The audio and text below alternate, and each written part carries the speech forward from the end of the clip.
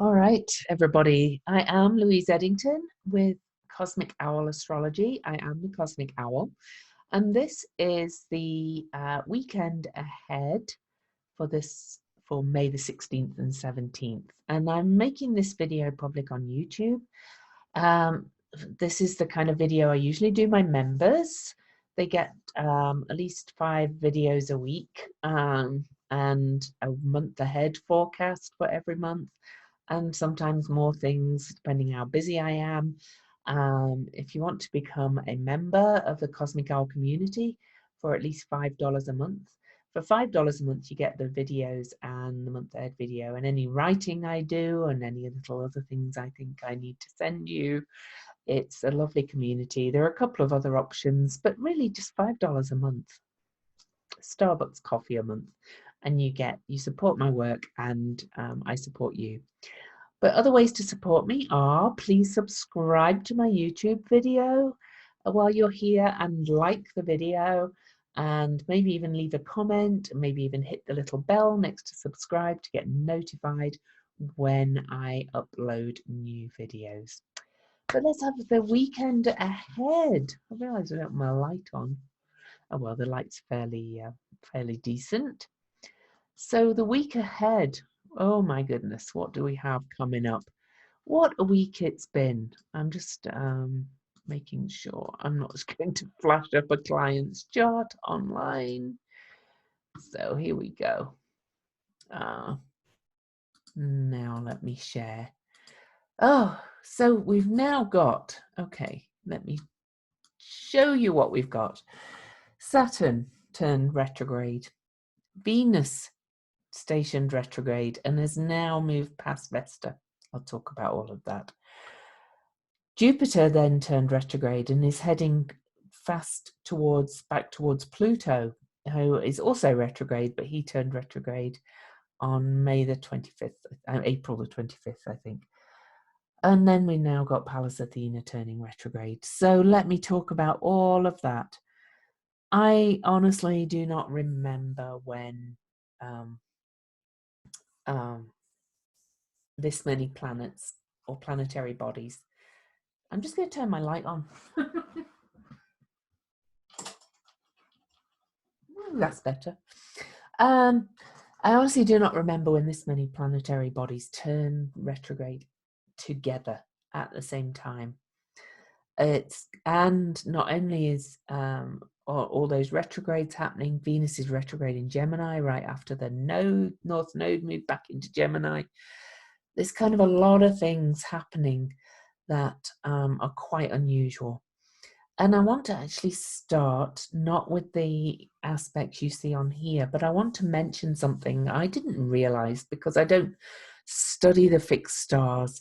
And I'm going to do a little bit of research tonight on it because as well as all this other stuff happening, the sun is on fixed star Algol as all these planets are stationing retrograde.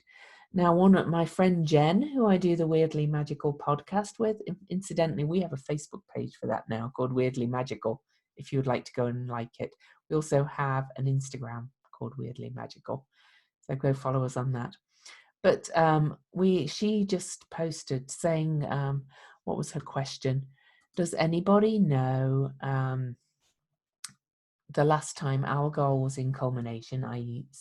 conjunct the sun, when Venus, Jupiter, Pluto and Saturn were all in retrograde or even in opposing signs to where they are now? Well, I'm going to look into that because I don't know. And it might be never, But Algol, let me read you about Algol, the fixed star. The sun is about to be conjunct. The fixed star degree is 26 Taurus 10 minutes, okay? We give an orb of 2 degrees, so we're really there, okay? Now, fixed star Algol is a rare triple star and eclipsing binary located in the Medusa's head, carried in the left hand of the hero Perseus constellation. The name Algol comes from the Arabic word that means head of the ogre. The English translation became demon star, with other names being Satan's head, the spectre's head. In Chinese, it belongs to a group of stars called the mausoleum. Algol appears to blink as shown when you look at it. Okay, every 69 hours, its magnitude dips for about 10 hours before returning to full brightness. So it's in astrology, Algol is one of the most unfortunate stars. So I hate to be the bearer of bad news. Now, of course, the sun goes on Algol every year, but I think my friend Jen is onto something. You know, why is this happening on a Friday, just with all these retrogrades, and when the nodes have changed signs, and when Mars has just gone into Pisces, and when Mercury's just joined Venus retrograde in Gemini? We'll go back to the other chart in a minute. But in astrology, Algol is one of the most unfortunate stars. Ptolemy referred to it as the Gorgon of Perseus. I'm reading from the Astrology King's site, by the way, and associated it with death by decapitation, mirroring the myth of the hero Perseus' victory over the snake-headed Gorgon Medusa. Historically, it's received a strong association with violence across a wide variety of cultures. Medieval Arabic commanders tried to ensure that no important battle began whilst the light of Algol was weak. Anyway, I'm not going to read everything, but it's supposed to be the most unfortunate, violent, and dangerous star in the heavens. And with everything else that's going on, and all the retrogrades, and Pluto approaching its second exact square to Eris, and all these things that are happening, it just seems really crazy. And a lot of my friends who are psychic are having premonitions of really some gnarly stuff right now. So I want to warn you, really. I hate being the bearer of, you know, bad news, but sometimes it's better to be forearmed and forewarned, and to kind of just make sure you're safe and you've got food in, and, you know, you're a little bit prepped. I'm not a prepper, or I never was, but I'm kind of becoming a little bit that way right now. Anyway, so yes, the most violent, unfortunate, and dangerous star in the heavens. It's of the nature of Saturn and Jupiter, which have both just turned retrograde, and it causes misfortune, violence, decapitation, hanging, electrocution, and mob violence. It gives a dogged and violent nature that causes death to the native or other. It is the most evil star in the heavens. Oh, now the fixed stars, a lot of the language used is from, you know, the ancient times, in much more violent, generally daily violent societies, but it's still a troublemaker.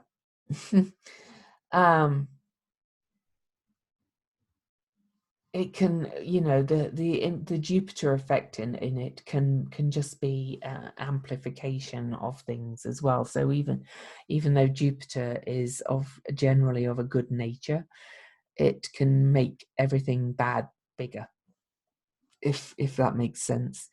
So so to look where that is in the chart, we'll go back to it. So it's at 26 degrees, and guess what? It's in trine aspect to Jupiter, pretty much, and to Pluto. It's also, Sedna is also at 27 degrees now. So remember, we've got that 2-degree orb, which means 2 degrees either side of 26 degrees. So 24 to 28. And Sedna is believed to be spiritual destiny through crisis. Now we have those in trine, which is kind of a good aspect, but when you've got some heavy hitters like this, it can be a little bit gnarly. Now I just want to find as well where Haumea is today, okay, because I just got a nudge to have a look at that. I wish this software would catch up and get some of the newer dwarf planets. So Haumea is in Libra and has been for a long, long time. Well, not that long really. So I'm just going through Haumea's ephemeris to find where she is on today. And so we're 2020. Yes, we are.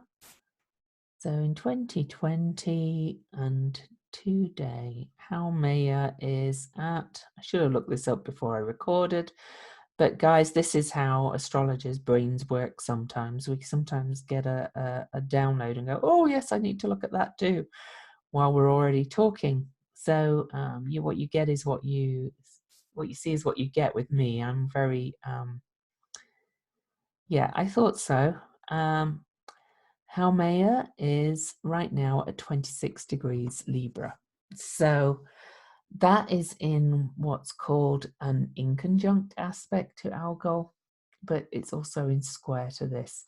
So Haumea is, say, about here. Okay. And so she is also involved in this. But Haumea is opposing Eris. Eris, the goddess of discord. Okay.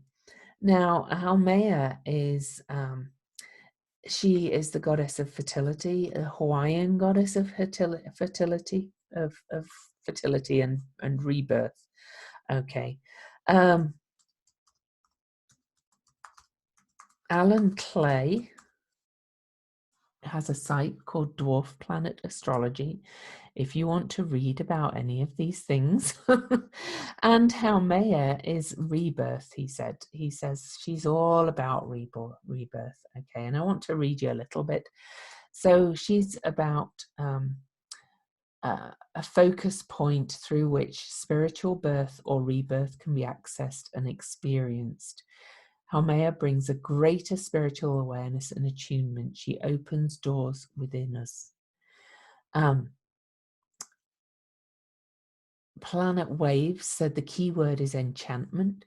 When positive, the degree is a consistent simplicity of character, which enables anyone to maintain his touch with a transcendental magic of being.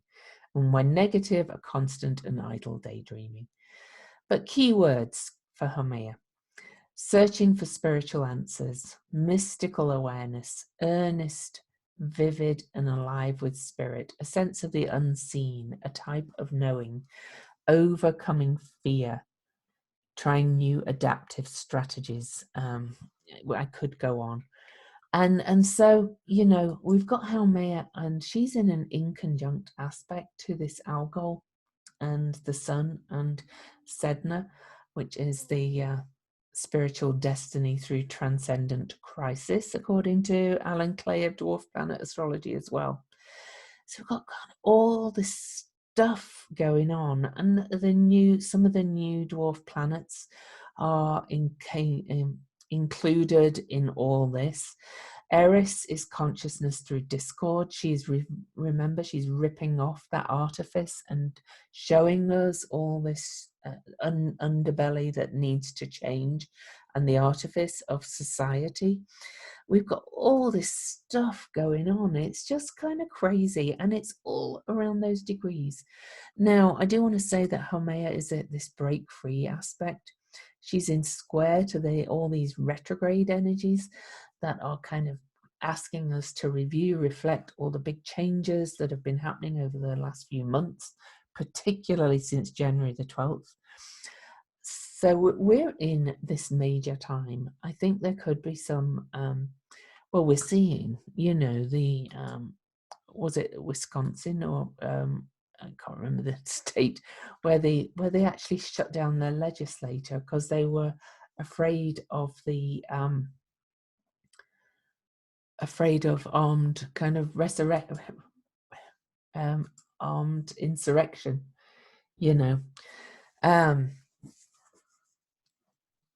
yeah.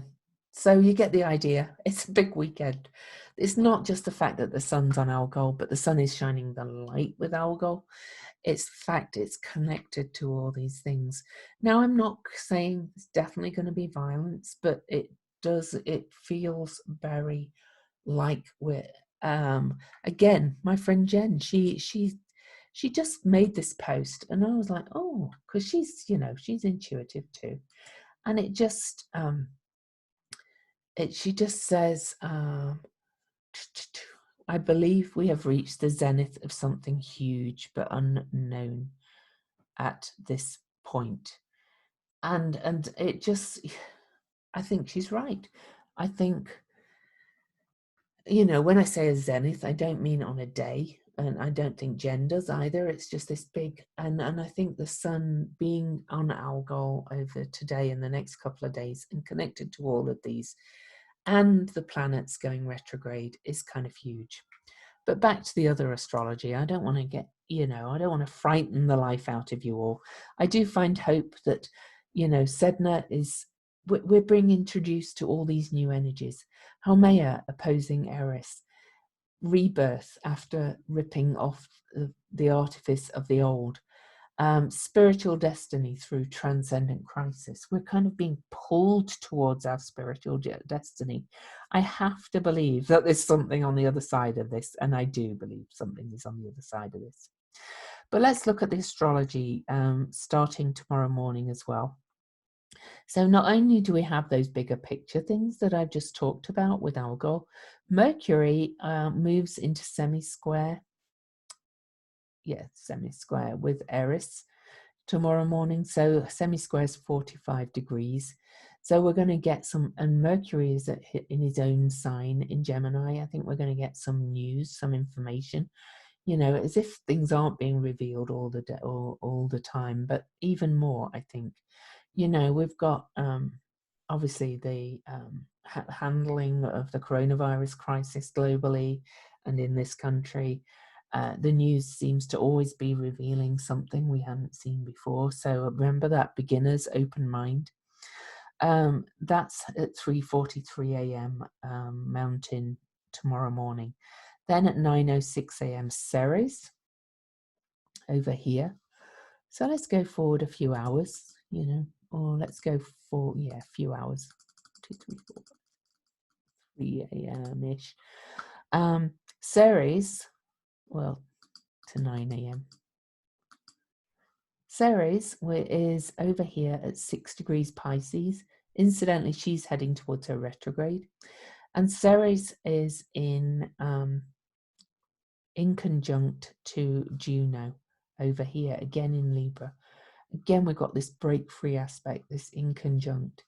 We'll be feeling a lot of grief, I think, around what's being done to the people. There's a lot of stuff going on like that. And in your own life, I think it's grief about what we're doing to the planet as well. At 3:48 p.m. tomorrow, and I will come back to what the moon's doing. Oh, maybe no, I'll go and have a look and lead up to it in the day. So, all right, yeah. The moon is going to join, it does no other aspects before. I just wanted to make sure I wasn't missing any major lunar aspects. So as we go into this day, the moon will conjunct Neptune and square Hygeia and Venus and Vesta. Venus will conjunct Hygeia after being conjunct to that. Hygeia, I really think Hygeia had a lot to do with the spread of the virus. I think there's going to be something revealed around it. The moon conjunct Neptune is very psychically connected to the collective unconscious. It's all about love and higher love as well, but it's perhaps revealing where we have not been as loving with this in its square, and where we need to move with this Venus conjunction too. Then at 2:34 a.m. the next day, let me make sure I'm not missing any more. Well, the moon will then sextile Pluto. The moon, oh yeah, the moon will reach that, join in that party with the sun still on Algol. Okay. So the moon will reach that 24-degree mark first. So remember I said 24 to 28 degrees. and will sextile. It's managed to, it's sextile Jupiter, it's going to sextile, or it's going to sextile Jupiter. It's kind of coming in the midpoint between the Algol, Sun Algol, and Jupiter Pluto part of this. And it's conjunct Neptune, which is the dissolving and revealing behind the curtains. We're in crazy times, my loves. So and then on Sunday morning, all right, so the moon does sextile the sun and then sextile Jupiter and go void, and then but it just activates, the moon activates all this other energy that I'm talking about. And because the moon is connected to Neptune, I've got a lot of friends who are having kind of premonitions, dreams, quite gloomy dreams. So you might get them too. That doesn't necessarily mean we're going to have like Armageddon or apocalypse. It just kind of means it's that feeling, things are collapsing, things are changing. It's going to, there might be a lot of fear involved, and you might have dreams that really bring that out of you right now. You might feel none of it, you know, but I'm not sure.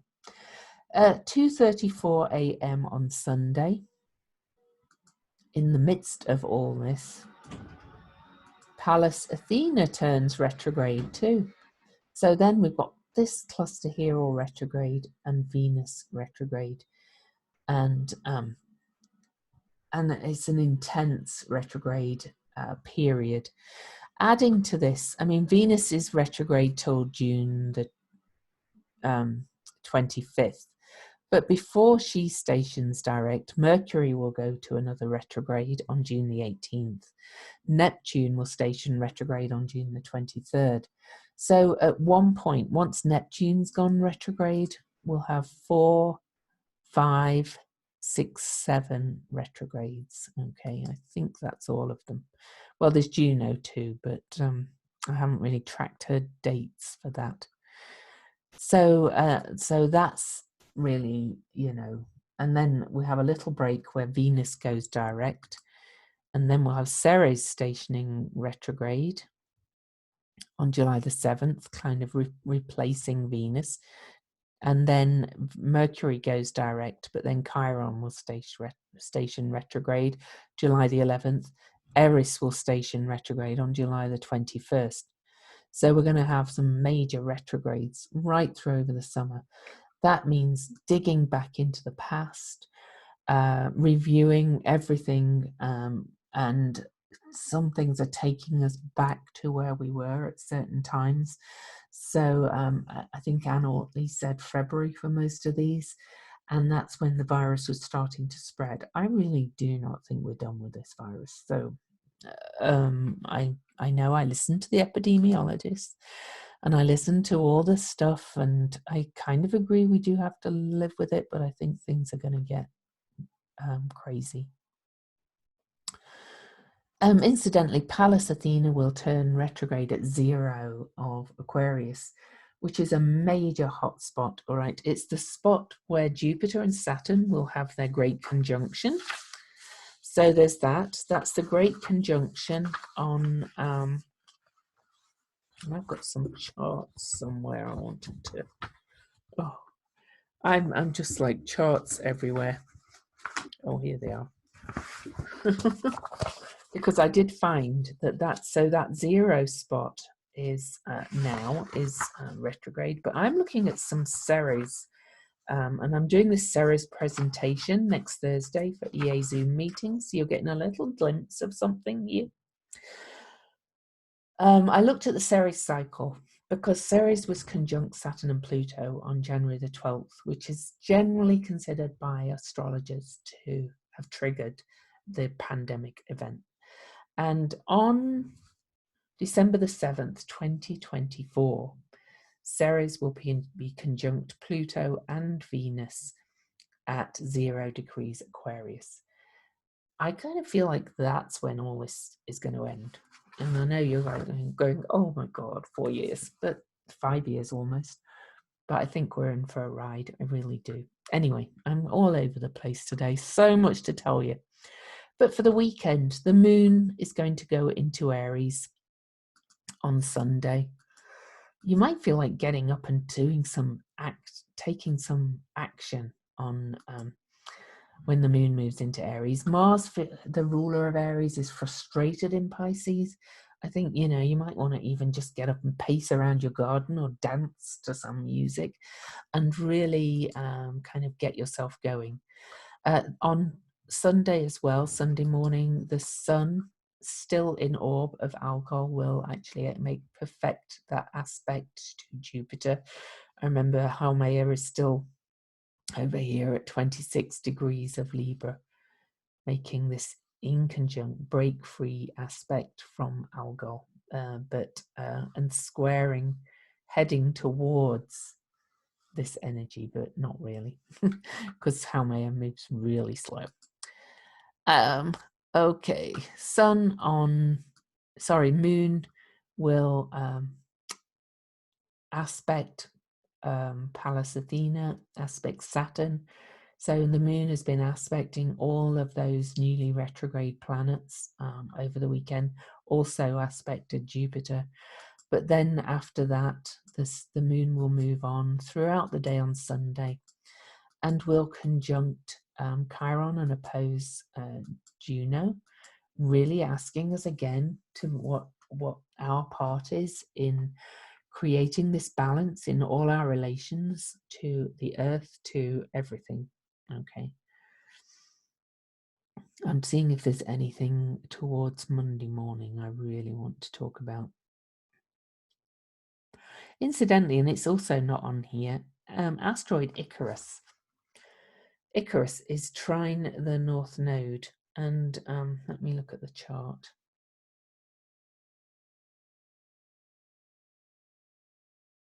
Where is Icarus now? Okay, Icarus.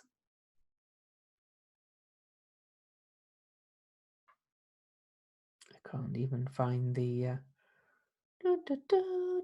Oh, it's in. I see. It's in Sagittarius. So Icarus. Oh, I forget what I said. Icarus went too close to the sun, if you remember, and fell to earth when his wings melted. He's aspecting the nodes. And so that could indicate, I just think it's going to be an interesting weekend. I would, I don't care, if you want to get out and about and mingle, then do. But I kind of think if you can, my daughter's an essential worker, so I do understand not everybody can. But if you can, as much as possible, stay close to home, stay at home quiet.